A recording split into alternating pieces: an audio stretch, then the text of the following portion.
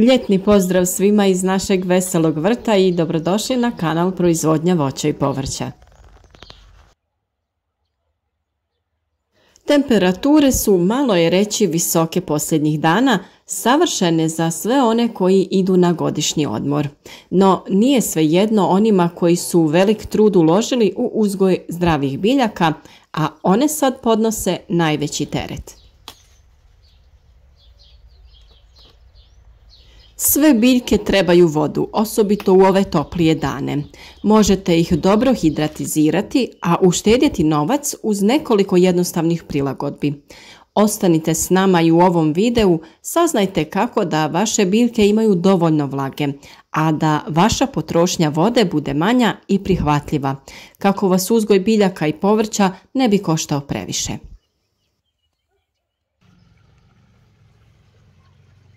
Bilo da se okušate u uzgoju vlastite hrane ili uživate u šarenom cvijeću kako biste uljepšali svoje dvorište, verandu ili balkon, možda ste primijetili da žeđ vaših biljaka raste kako rastu temperature, pa tako raste i vaš račun za vodu. Kada zbrojite koliko vas zalijevanje vašeg vrta može koštati tokom cijele vegetacijske sezone, možete doći do dosta velikog iznosa. Međutim, postoji nekoliko jednostavnih načina za smanjenje tog računa za vodu, kao što je smanjenje rasipanja vode i odabir biljaka otpornih na sušu. Evo kako možete učinkovitije koristiti vodu i uštedjeti novac dok brinete o svom dvorištu i vrtu.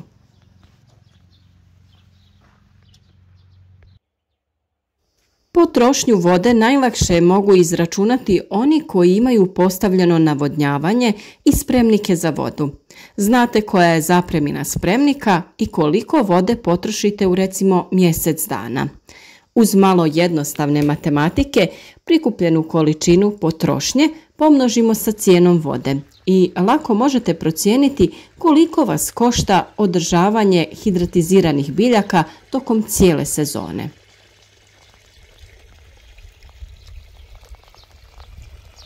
I dok se ne može zaobići činjenica da sve biljke trebaju vodu, postoji nekoliko trikova i savjeta za smanjenje količine vode koja vam je potrebna da bi vaš vrt bio uspješan. Evo nekoliko jednostavnih načina da smanjite svoj račun za vodu u vrtu.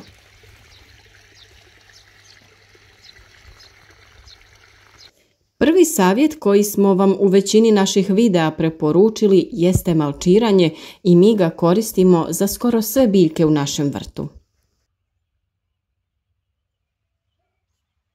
Svrhe malčiranja su mnogobrojne, a možete da koristite drvenu sječku, pokošenu travu, slamu ili mješavinu organskih materijala. Malč može spriječiti nicanje korova koji se natječu za iste hranjive tvari kao i vaše biljke i može zaštititi korijenje biljaka od ekstremno visokih ili niskih temperatura. No, malč također pruža zaštitni sloj koji sprječava prebrzo isušivanje tla. Mi smo malčirali većinu biljaka u našem vrtu, a to možete vidjeti i ovdje kroz video. Dio biljaka oko sebe ima crnu polijetilensku foliju sa sustavom navodnjavanja kap po kap, a dio smo, kao što vidite, malčirali sa slamom i zalijevamo ručno sa kantom.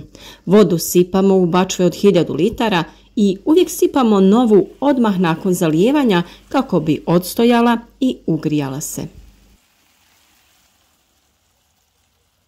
Druga stvar koja je jako bitna jeste kompost. To je organski materijal koji vrtu pruža brojne prednosti, kao što je obogaćivanje tla hranjivim tvarima, što pomaže smanjiti potrebu za hemijskim gnojivima.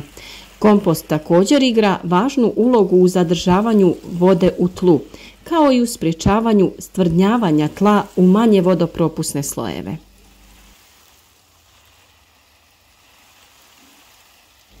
U nekim užurbanim danima možete zaboraviti zalijevati sve dok ne primijetite da vam biljke počinju venuti. Možda vam se čini nevažnim kada, a ne koliko često zalijevate svoj vrt, ali vrijeme zalijevanja može napraviti veliku razliku. Ako zalijevate biljke gornjom prskalicom ili sličnim uređajem, najbolje je zalijevati ujutro kako bi se lišće moglo osušiti prije večeri i spriječiti gljivične i bakterijske probleme. Zalijevanje ujutro može biti komplicirano, pogotovo tokom radnih dana, pa ako je bolja opcija navečer, moguće je i to, ali ako vodu nanosite samo na zonu oko korijena. Pouzdan sustav za navodnjavanje može biti jednostavan način da osigurate da vaš vrt prima potrebnu vodu bez brige ako nemate dovoljno vremena u svom rasporedu da posegnete za vrtnim crijevom ili kantom. Postoje različiti stilovi i vrste sustava za navodnjavanje kao što su prskalice ili cijevi koje postavljate oko biljaka. Mikronavodnjavanje uključuje upotrebu vode u malim količinama, navodnjavanje crijevom kap po kap, podzemno navodnjavanje i navodnjavanje s mjehurićima.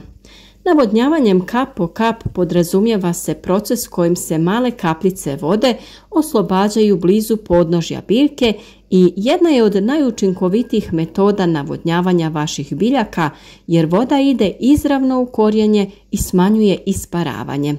Prednosti ovog mikronavodnjavanja uključuju smanjenje potrošnje vode, eroziju tla i rasta korova.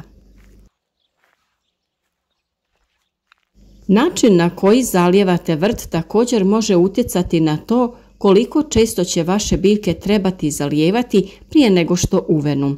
Jedna metoda koja se zove dubinsko zalijevanje uključuje polagano zalijevanje biljaka oko 15 minuta, umjesto da je mlaznica crijeva na punoj snazi.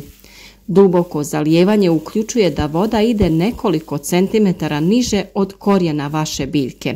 Potiče korijenski sustav da raste duboko gdje se tlo sporije suši.